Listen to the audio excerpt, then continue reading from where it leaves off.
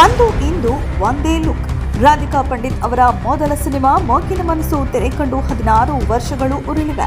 ಅಂದು ಹೇಗಿದ್ರು ಇಂದು ಕೂಡ ಹಾಗೆ ಇದ್ದಾರೆ ರಾಧಿಕಾ ಪಂಡಿತ್. ಫ್ಯಾಷನ್ ವಿಚಾರಕ್ಕೆ ಬಂದ್ರೆ ರಾಧಿಕಾ ಪಂಡಿತ್ ಅವರು ಟ್ರೆಡಿಷನಲ್ ಮಾಡರ್ನ್ ಡ್ರೆಸ್ ಗಳನ್ನ ಹಾಕ್ತಾರೆ. ಟ್ರೆಂಡ್ಗೆ ತಕ್ಕಂತೆ ಅವರು ಡಿಸೈನರ್ ಬಟ್ಟೆಗಳನ್ನ ಹೆಚ್ಚು ಹಾಕೊಳ್ತಾರೆ.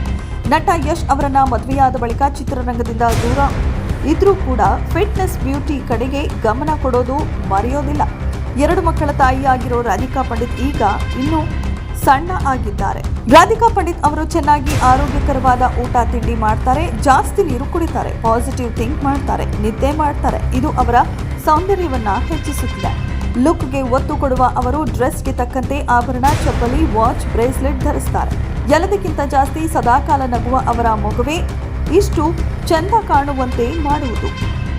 ರಾಧಿಕಾ ಪಂಡಿತ್ ಅವರು ಡಾರ್ಕ್ ಕಲರ್ ಡ್ರೆಸ್ಗಳನ್ನ ಅಷ್ಟಾಗಿ ಧರಿಸೋದಿಲ್ಲ. ಇನ್ ಕೇಸ್ ಡಾರ್ಕ್ ಕಲರ್ ಬಟ್ಟೆಗಳನ್ನ ಧರಿಸಿದ್ರೆ ಅದರ ಜೊತೆಗೆ ಉತ್ತಮವಾದ ಆಭರಣಗಳನ್ನು ಕೂಡ ಧರಿಸ್ತಾರೆ. ಇದು ಅವರ ಫಿಟ್ನೆಸ್ನ ಸೀಕ್ರೆಟ್.